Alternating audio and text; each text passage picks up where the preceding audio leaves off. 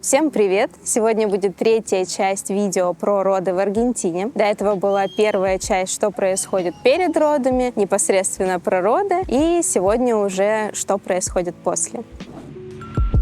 Мы приехали с малышом домой. После этого нужно будет заняться вопросом документов. Свидетельство о рождении малыша мы получали непосредственно в больнице. В некоторых больницах нет так называемых регистра Сивиль, это где регистрируют малышей. Но в нашей больнице была такая опция, поэтому мы получили свидетельство о рождении за 10 дней. Собрали все документы, и вот через 10 дней оно уже было готово. Дальше мы подали документы на ДНИ, то есть это местное ВНЖ. Его мы получили за 3 недели. Примерно так все и получают этот документ. Следом уже можно получить загранпаспорт на малыша. Опять же, можно податься сразу же после того, как вы уже получили все документы. Можно получить загранпаспорт где-то через месяц, а можно дождаться, пока малыш вырастет немножко, то есть пока у него сформируется лицо, и уже сделать загранпаспорт потом. То есть мы сделали через 3 месяца, но можно сделать там хоть через год, хоть через 2, хоть через 3, в зависимости от того, планируете ли вы вообще вылетать из Аргентины с малышом. Еще хотела дополнить информацию для ребят, которые из России. Это то, что малыш получает сразу 2 гражданства, и российское, и аргентинское. Единственное, то, что нужно, это обратиться в посольство России в Аргентине, сделать документы, либо, если вы уже летите в Россию, то документы можно сделать в России. Важное уточнение, которое я хотела сказать по поводу двойного гражданства, это из Аргентины. Если мы имеем аргентинское гражданство, мы вылетаем только по аргентинскому загранпаспорту, а из России, если мы имеем российское гражданство, то вылетаем только по российскому заграннику. То же самое касается ребят, которые и из других стран. То есть обратите на это прям пристальное внимание, потому что вас могут не пустить в самолет. И если, например, из Аргентины собирается вылететь только один родитель, то вам обязательно нужно сделать здесь разрешение на вылет, потому что в России, например, можно свободно вылетать, там нужно, наоборот, писать запрет. А вот в Аргентине нужно обязательно разрешение. Советуем вам его сделать, чтобы потом, если вы будете, опять же, лететь там в какую-то другую страну, то оно вам может понадобиться. То есть, короче, чем больше документов вы сделаете, тем будет лучше. Надеюсь, эти советы были для вас полезны и в каких-то моментах, может быть, помогут вам сэкономить деньги или где-то даже получить. Что касается врачей, мы ходили проверяться через 10 дней, то есть это такой плановый осмотр у уха, горла, носа. Также нам сделали УЗИ тазобедренных суставов. И также до года нужно будет каждый месяц посещать педиатра. Он будет в специальную книжечку вносить все данные о малыше, вес, рост, как вообще меняются все эти показатели, да, и смотреть, чтобы с малышом все было хорошо. Помимо этого еще выдается специальный сертификат прививок. В Аргентине прививки супер обязательные, то есть от них можно отказаться, но все равно, например, если потом вы хотите отдать ребенка в садик или в школу, то с этим уже будут проблемы. Опять же, вы можете их и не делать, но там уже на ваш страх и риск, потому что в Аргентине даже на пакетах с молоком написаны даты, да, месяца, в которые малыши должны вакцинироваться. Еще хотела сказать по поводу прививок, это то, что нужно обратить внимание, что здесь есть некоторые прививки, которые, например, расходятся, страна происхождения которых расходится с аргентинскими, да, и поэтому вам нужно прям обратить на это внимание, что если вы, допустим, летите обратно в Россию и здесь сделаете какую-то прививку, внимательно изучите этот вопрос, и, может быть, здесь, например, какие-то прививки не ставьте. Еще хотела сказать по поводу больниц в Аргентине. Если вы родили в платном госпитале, то потом вы можете приходить с ребенком в бесплатный госпиталь, также спокойно обслуживаться. И то же самое наоборот, что если вы родили в бесплатном госпитале, то можете спокойно приходить в платный. И еще не обязательно постоянно обслуживаться только в одном учреждении. То есть вы можете пойти в одну больницу, там, если вам там не понравилось, можете перейти в другую. Здесь нет какого-то такого четкого прикрепления за одним учреждением. Еще один интересный факт по поводу рождения ребенка. Через 45 дней вы можете отдать малыша в государственный садик. Да, здесь принимают в сады уже с 45 дней. Я была очень удивлена этому факту. Мы, кстати, отдали Германа в сад в год и месяц. Отдавали в частный садик. Что я узнала по поводу садов, тоже сейчас вам расскажу. Если хотите попасть в государственный садик, то нужно позаботиться об этом заранее, то есть собрать все документы, особенно если хотите отдавать малышей прям очень маленьких. Мы, когда отдавали в частный сад, очередей особо никаких не было, но я подавала заявки в 5 детских садов, и только в одном мне сказали, что у них нет свободных мест. Поэтому, если отдаете в платный, то спокойно места есть очень много где. А вот уже в государственных нужно будет постараться что-то найти. Но опять же, это реально возможно. В государственных детских садах есть 2 смены. Можно отдавать на первую смену, на вторую смену, можно отдавать на весь день. Там все бесплатно, с питанием, с развлечением для малышей. Единственное, что у них есть детские каникулы, такие же, как и в школах. То есть летом, там 2,5-3 месяца, и зимой тоже есть зимние каникулы. Ну, это нужно иметь в виду, то, что где-то с середины декабря по конец февраля детские каникулы. Зимние уже короткие каникулы будут в июле. Что касается частных садов, то у них есть несколько смен, там утренняя, дневная, вечерняя, либо можно отдать полностью на весь день. Стоимость детских садов разная, нужно узнавать.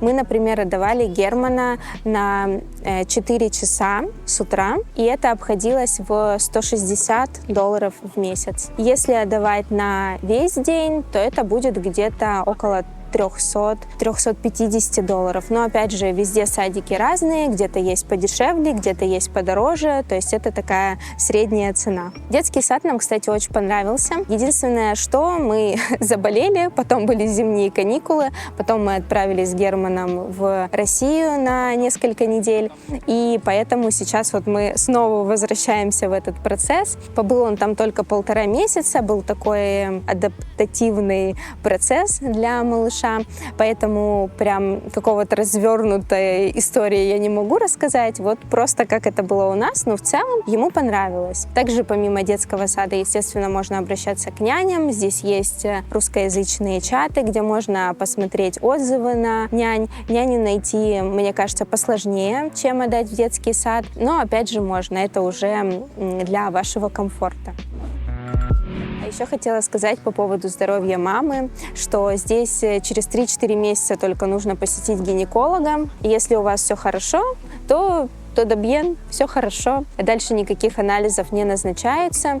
То есть, если хотите уже что-то сдать, то это нужно узнавать, что конкретно сдать, и ходить в платные поликлиники, да, и сдавать какие-то анализы, которые вам нужно. То же самое, кстати, и про малыша. Здесь, знаете, больше такая транкила. Типа, если ничего не беспокоит, то как бы вот минимальную базу анализов сдали, и все. То есть в России у нас, конечно, сдают гораздо больше анализов. Там и кровь берут, и УЗИ разные делают. В год, когда приходишь, тоже мы вот, когда в Россию ездили, мы там сделали полный такой чекап для малыша. Здесь все-таки такого нет. То есть, ну, если хотите, то можете, естественно, пойти сделать платно. Но вот в целом это не прописано как обязательные анализы, которые нужно сделать малышу. Сдавать анализы мы, кстати, ходили с местными переводчиками поначалу. Потом уже мы начали понимать базовые предложения, уже научились общаться, и дальше уже ходили самостоятельно. Дальше уже хочу рассказать про родителей. В зависимости от ситуации. Некоторые, например, рожают и улетают через месяц, то есть получают документы только на ребенка и потом летят обратно в Россию или в какую-то другую страну. И зачастую они либо не получают гражданство на себя и ВНЖ, либо они обращаются к адвокатам, и адвокаты делают за них документы удаленно. Но потом нужно будет через какое-то время все равно прилететь, чтобы, да, уже присутствовать присутствовать при выдаче вам документов на гражданство. Если вы выбираете все-таки остаться в Аргентине на подольше, то как это происходило у нас, да, выдача документов? Первое, что мы получили, это прекарио. Это временный вид на жительство, пока вы получаете ДНИ. Прекарио мы получили через 2 месяца после рождения ребенка. Затем уже мы получили ДНИ, это было через 3 месяца после получения прекарии, но здесь у всех сроки индивидуальные, и плюс еще это может зависеть даже от того, что там ДНИ вы уже получили, а вот сам пластик, сама вот эта пластиковая карточка, например, изготавливается дольше. То есть у меня ее изготавливали 5 месяцев. Все эти процессы, я думаю, что можно пройти быстрее, но в среднем это вот занимает такое количество времени. Кстати, после получения ДНИ жизнь очень сильно поменялась, потому что гораздо проще менять валюту, можно уже не пользоваться обменниками, есть там банковские карты, можно сделать Mercado Pago. Это типа Сбербанк онлайн, да, как в России. То есть можно переводить деньги друг другу, не ходить с пачками купюр. И по сравнению с тем стрессом, который мы испытывали, когда только приехали, конечно, прилетаешь на другой континент, и тут много что по-другому. После получения документов прям становится гораздо проще.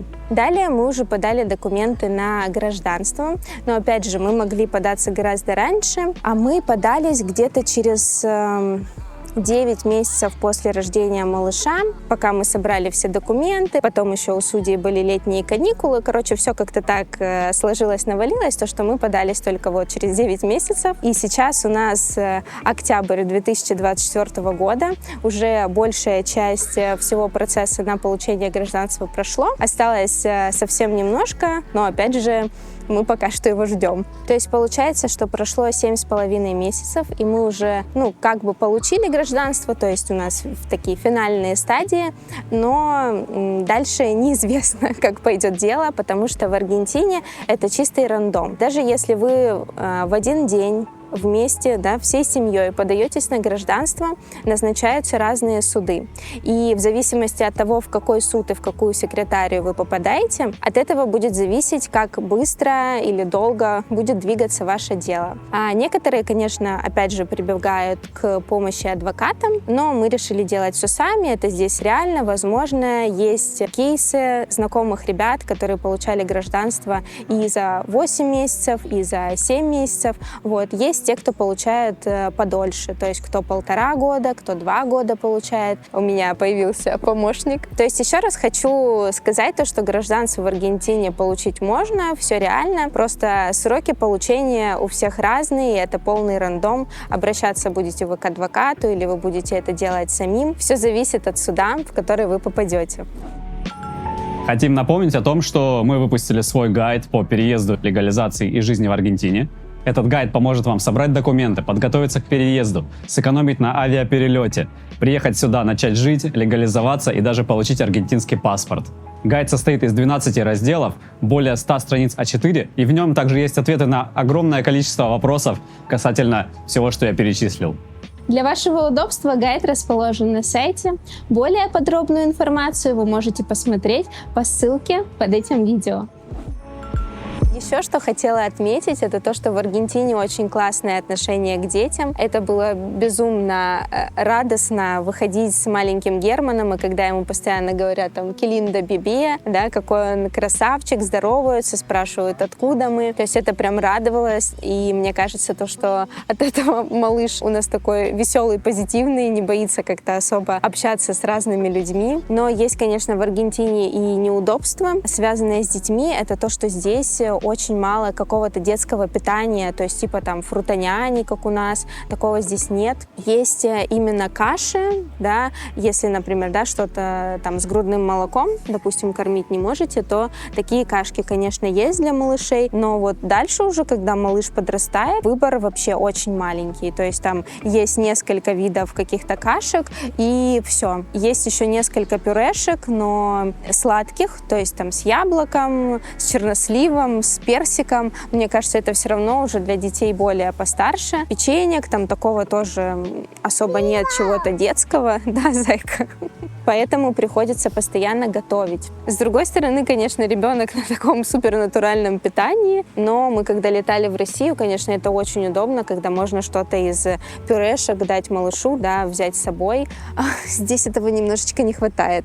Как и выбора памперсов, выбора детской одежды. Здесь есть, конечно, детская одежда, но это нужно поискать. То есть нет там Wildberries, Яндекс.Маркетов, Озона, да, где ты можешь именно заказать, посмотреть там все отзывы, пересмотреть и выбрать то, что тебе нужно. Здесь ты должен именно ездить по магазинам, выбрать, что тебе подходит, и не всегда что-то хорошего качества будет там дорогое или дешевое. Короче, нужно прям подзаморочиться, чтобы это поискать. И мне, если честно, было проще купить какие-то вещи в России или заказывать посылки из России. Здесь можно их доставлять почтой России, либо есть местные курьеры, которые тоже могут доставлять какие-то вещи из России. И, если честно, проще делать вот так.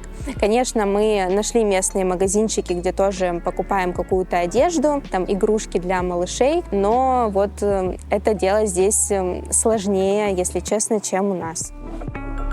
Из приятного, что, конечно, не может не радовать, это то, что сейчас здесь собирается такое большое русское комьюнити, и если вы человек общительный, то появляется очень много друзей, потому что много людей именно с детьми, и да, есть какие-то общие интересы, есть много каких-то активностей, которыми вы можете заниматься, там, играть в футбол, ходить на йогу, теннис здесь очень любят играть, поэтому в плане какой-то социальной жизни здесь на самом деле очень прикольно сейчас. Ну и на этой приятной ноте, я думаю, что уже пора заканчивать видео. Вроде как я рассказала все основные моменты, которыми хотела поделиться. Всем пока-пока!